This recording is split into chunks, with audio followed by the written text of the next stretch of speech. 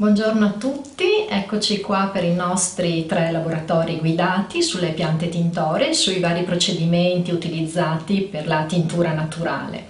Qui davanti possiamo vedere una carrellata di alcuni procedimenti che sono stati realizzati con 3 vegetali diversi e utilizzando tecniche completamente diverse. Sono prove eseguite su fibre tessili di origine sia vegetale che animale, quindi abbiamo situazioni, tinture fatte su cotone, lino, canapa per quanto riguarda le fibre tessili vegetali e seta e lana per quanto riguarda le fibre tessili animali. Possiamo vedere i risultati ottenuti dalle varie lavorazioni e in particolar modo vi sottolineo quello che sarà poi anche il nostro percorso nei 3 laboratori programmati. Abbiamo la presenza, l'utilizzo del Phaseolus vulgaris varietà Borlotto, che è un legume, è un vegetale diffuso praticamente in tutto il mondo, e otterremo delle colorazioni particolari sulla lana lavorando con dei bagni a caldo e con l'utilizzo di mordente. Qui invece abbiamo alcuni risultati ottenuti con l'Allium cepa, ovvero la cipolla. Anche qui in questo caso stiamo parlando di un vegetale diffusissimo su tutto il pianeta, quindi reperibile ovunque. Le varie varietà di cipolle ci danno la possibilità di ottenere risultati splendidi, vediamo qua alcuni esempi, e lavoreremo su della fibra di cotone, lavorando con dei bagni solari e senza alcun utilizzo di mordente. Per ultimo abbiamo questi campioni di sete, lane, cotoni, linee e canape che sono state tinte con procedimenti diversi grazie all'utilizzo, lo vediamo qui, di legno. Questa è segatura di platano e scarti della lavorazione di falegnameria, e lavoreremo su della seta lavorando con assenza di mordente e con bagni a freddo. Infine qui abbiamo un esempio di utilizzo di lane tinte con tutti questi 3 colori estratti dai vegetali e realizzato un tessuto a feltro, così abbiamo anche l'utilizzo finale del risultato del nostro lavoro.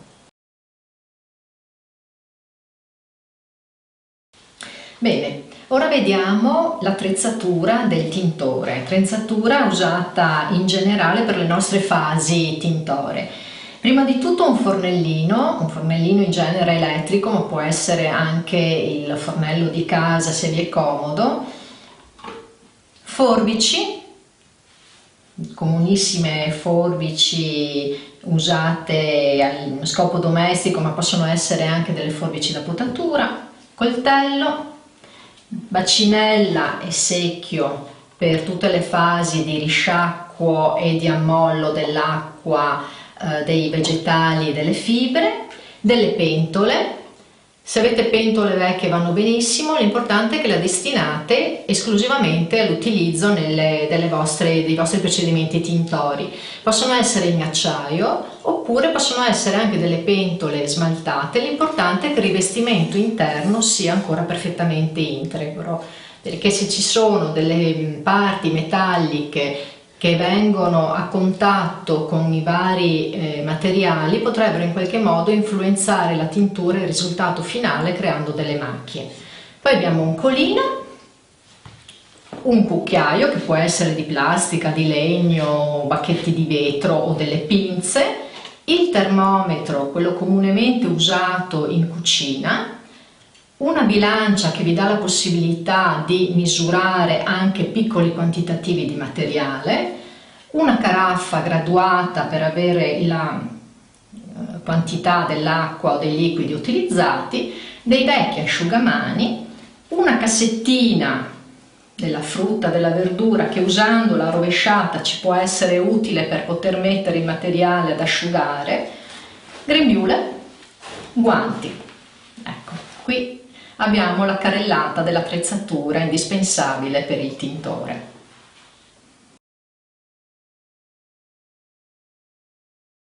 Bene, Iniziamo con il primo laboratorio che sarà concentrato sull'utilizzo del fagiolo, questo è il Phaseolus vulgaris varietà Borlotto, e l'utilizzo della lana che sarà tinta con l'utilizzo di mordente e con bagno a caldo. Bene, cosa ci serve? Della lana in fiocco, del sapone di Marsiglia naturale, dei mordenti, nel caso specifico useremo il solfato di alluminio e di potassio, conosciuto anche come allume di rocca, e del bitratato di potassio, conosciuto anche come cremor tartaro. Fagioli, questi sono i Phaseolus vulgaris varietà Borlotti, ma possiamo usare qualsiasi tipo di fagiolo.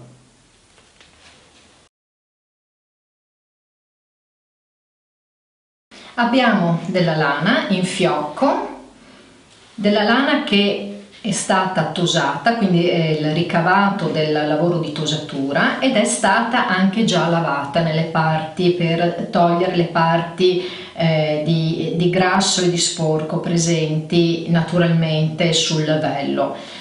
In ogni caso dobbiamo procedere all'operazione di lavaggio, perché dobbiamo far sì che se ci sono sostanze sporche o sostanze strane, queste possano essere eliminate. Qualora ci fosse la presenza di piccoli elementi vegetali, è a nostra scelta lasciarli o meno, anche perché in un secondo momento, con la fase della cardatura, tutte queste parti, questi piccoli frammenti di vegetali verranno eliminati. Bene, prima di tutto pesiamo la nostra fibra asciutta, importante che sia asciutta, e stabiliamo il peso della fibra. Tutte le indicazioni che io vi darò saranno tutte rapportate alle fibre, a 100 grammi di fibra tessile. Quando lavoriamo sulla lana, quando lavoriamo sulla seta, quando lavoriamo sul cotone dei nostri 3 laboratori, tutte le indicazioni che vi darò saranno per 100 grammi di fibra tessile pesata asciutta. Questo è un elemento molto importante, deve essere sempre pesata asciutta. Quindi una volta pesata, abbiamo detto 100 grammi, la mettiamo in ammollo in sola acqua di rubinetto, e la lasciamo in immersione per mezz'ora, un'ora, in modo che le fibre si preparino alla prossima fase che è quella del lavaggio vero e proprio. Lasciamola lì. Nel frattempo io prendo del sapone di Marsiglia, 100% Marsiglia, e con un coltello comincio a grattugiare del sapone. Dobbiamo raggiungere ogni 100 grammi di fibra tessile, dobbiamo mettere un cucchiaio di sapone a scaglie per ogni litro d'acqua. Quindi in base anche al volume che la nostra fibra ha, aggiungiamo l'acqua e la mettiamo nella pentola. Quindi possiamo partire con circa 4 litri d'acqua e mettiamo all'interno 4 cucchiai di sapone. Nel caso specifico io ho quantitativi più piccoli, proprio per una questione tecnica userò quantitativi inferiori. Però ricapitoliamo: 4 cucchiai di sapone in scaglie per 4 litri d'acqua su 100 grammi di fibra pesata asciutta. Accendiamo il fornello e prepariamo questa specie di saponaria che ci servirà per cogliere e fare il bagno alla fibra precedentemente messa in ammollo. Quando abbiamo ottenuto proprio questa saponaria, questo sapone sciolto nell'acqua, l'importante è che non sia caldo, cioè abbiamo acceso il fornello ma la temperatura dell'acqua deve essere ancora ambiente, e prendiamo la nostra fibra precedentemente lasciata in ammollo per almeno mezz'ora, ma può essere anche un'ora, e con delicatezza la raccogliamo e la mettiamo nella pentola. Teniamo controllata la temperatura con il nostro termometro in modo che non superi mai i 50 o al massimo 60 gradi, e dopo circa un'ora spegniamo il fuoco e lasciamo riposare finché la temperatura si abbassa. La cosa importante è non creare degli shock termici alla lana. Noi dobbiamo rimanere su una differenza di al massimo 30 gradi o portare lentamente la temperatura della lana ai nostri 50-60 gradi, quindi non deve essere una cosa repentina, ma una cosa molto lenta. Spegniamo il fuoco, lasciamo lentamente raffreddare, dopodiché, una volta raffreddato, sciacquiamo sempre con molta delicatezza con dell'acqua pulita. Sciacquiamo più volte. Se per qualche motivo dovessimo notare che la lana è ancora sporca, ripetiamo l'operazione. Sciacquiamo più volte e poi mettiamo la lana ad asciugare, a mescolare sulla nostra cassettina della frutta o su un piano comunque orizzontale.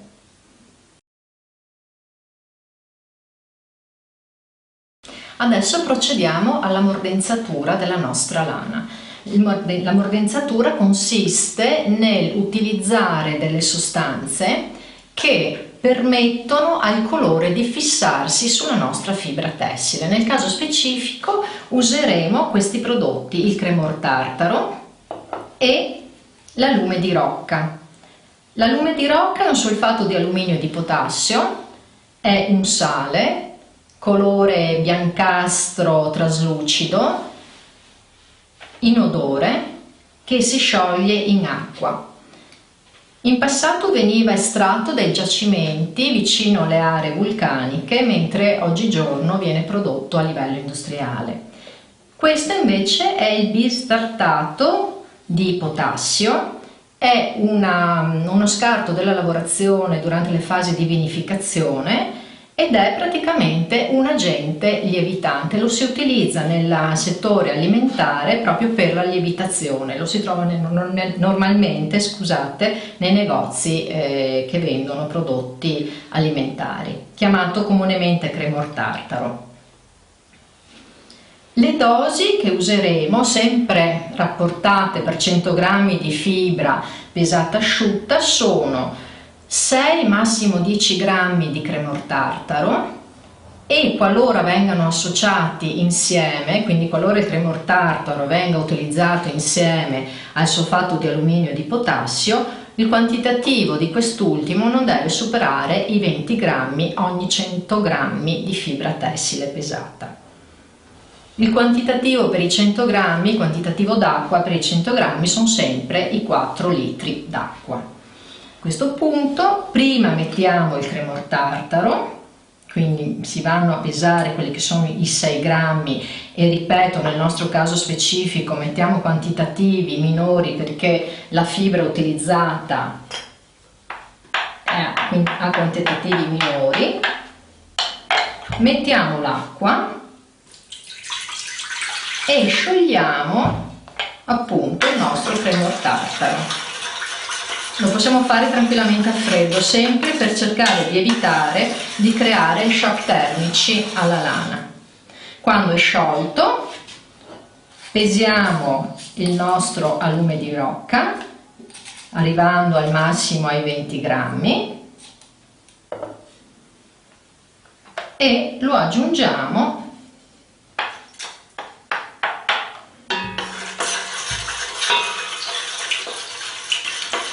l'acqua e mescoliamo per aiutarlo a sciogliersi. Dicevo prima, arrivare ai 4 litri d'acqua.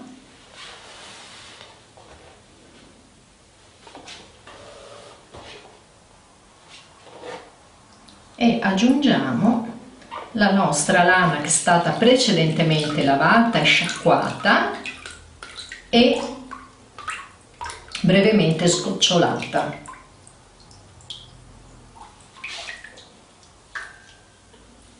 A questo punto, una volta immerso nel liquido,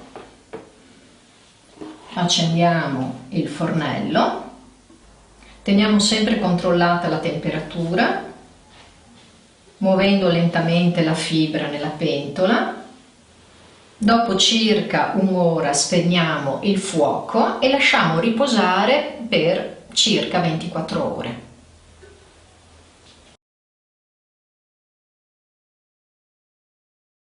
Ora procediamo alla preparazione per l'estrazione del colore dal nostro vegetale, che nel caso specifico sono questi fagioli vulgaris varietà borlotto, ma possiamo usare qualsiasi varietà di fagiolo. Procediamo alla sgranatura, quindi poi utilizzeremo per le nostre ricette culinarie i fagioli,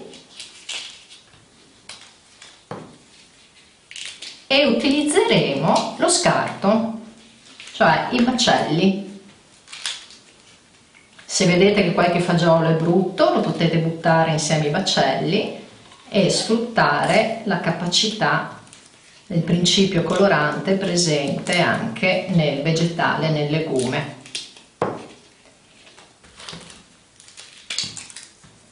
Il quantitativo, sempre rapportato ai nostri 100 grammi di fibra tessile, nel caso specifico sarà la lana. Quindi ogni 100 grammi di lana, ripeto sempre pesata asciutta, noi utilizzeremo 300 grammi di baccelli di fagiolo freschi oppure 150 grammi di baccelli essiccati.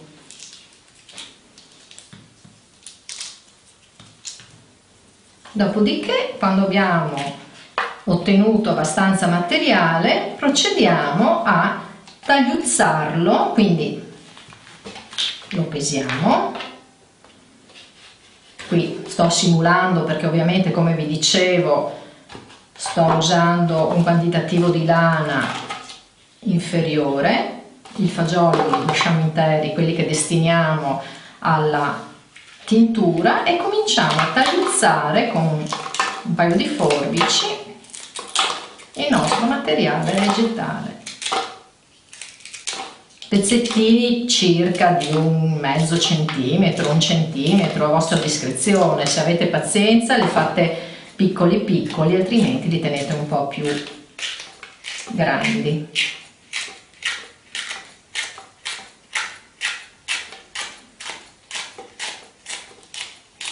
Raggiunto il quantitativo desiderato, li versiamo nella pentola, ci aggiungiamo dell'acqua. Per i nostri 300 grammi possiamo mettere all'interno 3 litri e mezzo d'acqua e lasciamo macerare per circa 24 ore. Passato questo tempo, quindi dopo le 24 ore di macerazione, anche in un ambiente caldo, se avete la possibilità di lasciare al sole o vicino a una stufa, mettiamo sul fuoco la nostra pentola, accendiamo il fuoco e facciamo sobbollire per circa un'ora, un'ora e mezza il nostro materiale vegetale.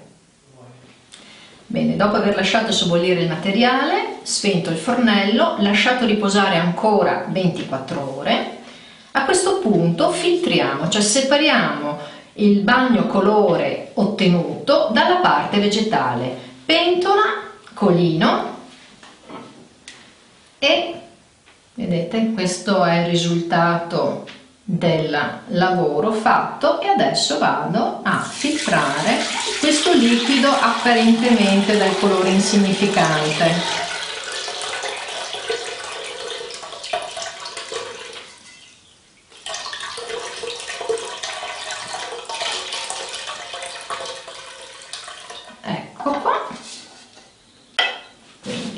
togliamo, mettiamo qui.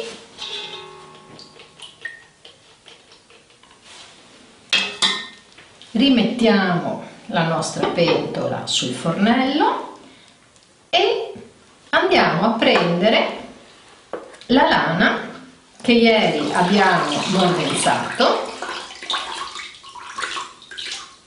e che abbiamo lasciato riposare per 24 ore. Diamo una breve sciacquata per togliere il mordente in eccesso e vado a immergere la mia lana nella pentola. Riaccendo il fuoco e porto lentamente la temperatura a circa 90 gradi, quindi non porto mai in ebollizione il mio bagno di colore, mescolando sempre con molta delicatezza e lasciando comunque che le fibre si muovano liberamente nel bagno di colore. Teniamo sul fuoco circa un'ora, dopodiché spegniamo il fuoco e lasciamo di nuovo riposare per altre 24 ore. Ecco, siamo alla conclusione. Dopo le 24 ore possiamo estrarre la nostra lana tinta, sgoccioliamo, facciamo alcuni risciacqui che io in questo momento farò qui in questo secchio di plastica, ma che possiamo fare tranquillamente sotto un rubinetto, sempre con molta delicatezza, e si sciacqua fino a quando non c'è più residuo di colore nell'acqua. All'ultimo risciacquo possiamo aggiungere dell'aceto di vino, preferibile aceto di vino bianco oppure aceto in alcol che è completamente incolore. Aggiungiamo 2-3 cucchiai ogni litro d'acqua e usiamo questo sciacquo finale a base di aceto per aiutare ulteriormente, scusatemi, a fissare il colore. Quindi aggiungiamo l'aceto, lo lasciamo alcuni minuti, estriamo la nostra lana, sempre trattandola con molta delicatezza, e la possiamo appoggiare su questa cassettina che vi ho indicato prima ad asciugare.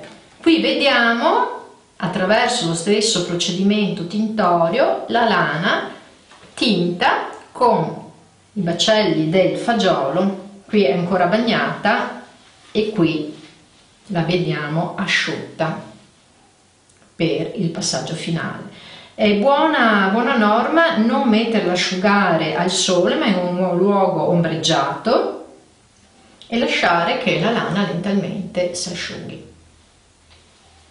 Dicevo prima che possiamo usare qualsiasi varietà di fagiolo. Il fagiolo è un legume diffuso in tutto il mondo.